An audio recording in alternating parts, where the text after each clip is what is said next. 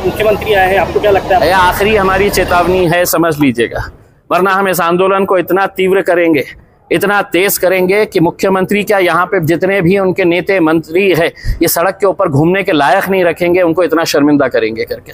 हे महिलांना अतुल सावे असं त्यांच्या समोर बोलले ना, थोबाडीत मारतील ते, असं बोलण्याची हिम्मत कशी होती त्यांची? लोकांचे पैसे तुम्ही खाऊन बसलेले आहे, सहकार मंत्री होते तुम्ही, काय केलं तुम्ही? तुमच्या डिपार्टमेंटच्या नाकच्या खाली हे सगळं भ्रष्टाचार सुरू होता, तुमची जबाबदारी होती, इम्तियाज जलीलची नाही। तुम्ही मंत्री आहे, इतके मोठे मंत्री आहे, 2-2, 4-4 गाड्या घेऊन फिरतात तुम्ही, किती मंत्री आहे आणि माझ्यावर भडकतात तुम्ही। या तुम्ही यांच्या समोर येऊन एकदा बघा, तुमच्यामध्ये हिम्मत असेल ना अतुल सावे साहेब, तुम्हाला सांगतो मी, तुमच्यामध्ये हिम्मत असेल तर एकदा हे सगळं तुमच्या ऑफिसवर पाठवतो, मग सांगा तुम्ही। यांच्या कहीं पे निगाहें कहीं पे निशाना, 1,500 रुपये डालना और धीरे से बोलना हमको वोट करना।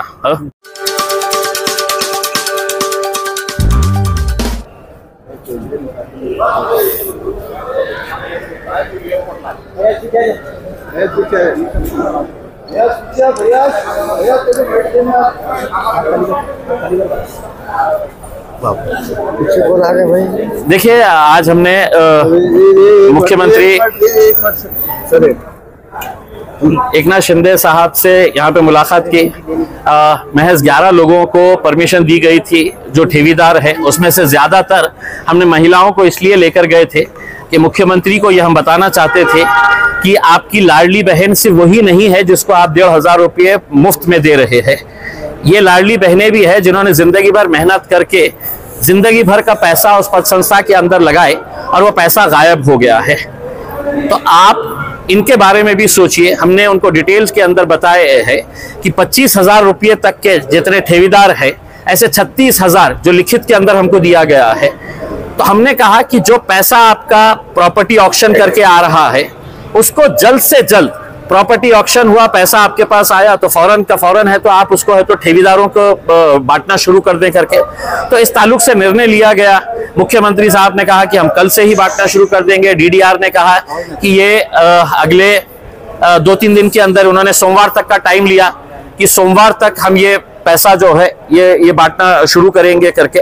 और 6 तारीख के दिन इसी संदर्भ में विभागीय आयुक्त, जिलाधिकारी, पुलिस कमिश्नर, डीडीआर ऑफिस, इन सब की मीटिंग रखी गई है और इसके अंदर जो रिकवरी कैसे की जाए करके, 115 करोड़ रुपए की रिकवरी है, वो रिकवरी कैसे की जाए ताकि जो पैसा आया फौरन इनके अंदर बांटा जा सकता। लाडली बहनों को भी पैसा देने जा रहे हैं। देखिए, लाडली बहन वो कार्यक्रम है साहब कि आप इलेक्शन के वक्त वोट खरीदते हैं, जिनके पास पैसा होता है वो 500 रुपये, 1,000 रुपये, 1,500, 2,000 में वोट खरीदते हैं।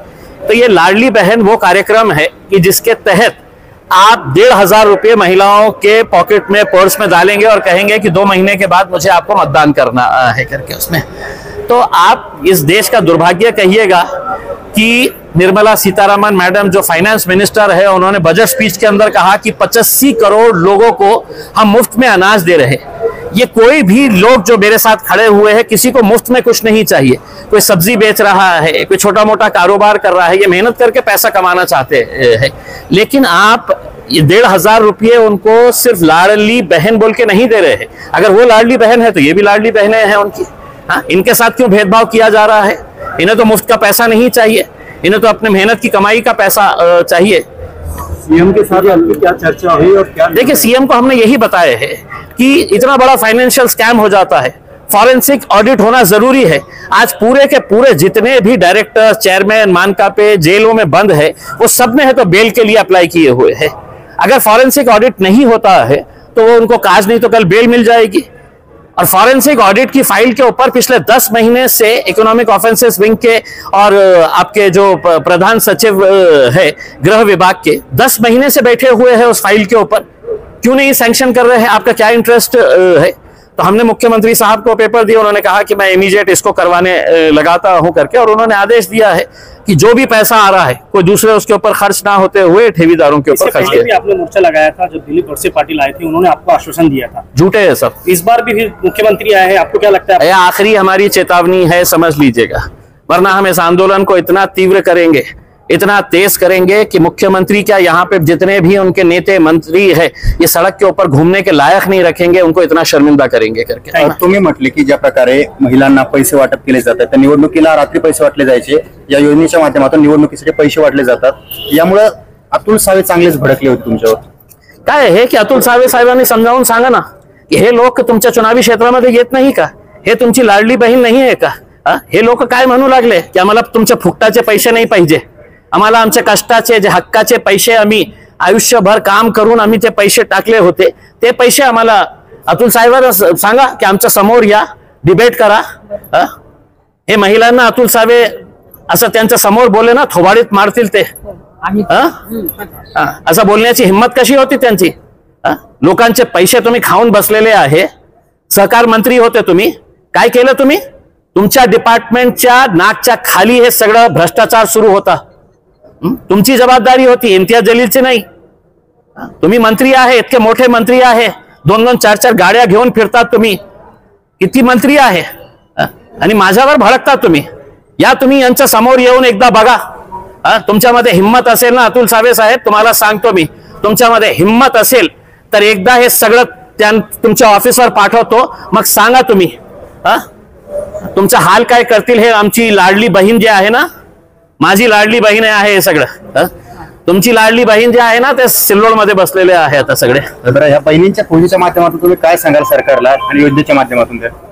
नाही काय हे की तुम्हाला काय फुकटात द्यायचं आहे द्या, 2 महिन्यासाठी हे स्कीम आहे, निवडणूक संपली की लाडली ना बहीण ना भाऊ काही राहणार नाही, निवडणुकीपुरती 1,500 रुपये द्यायचं आणि मत मागायचं। हेच ऑफिशियल करप्शन कसा असू शकतं?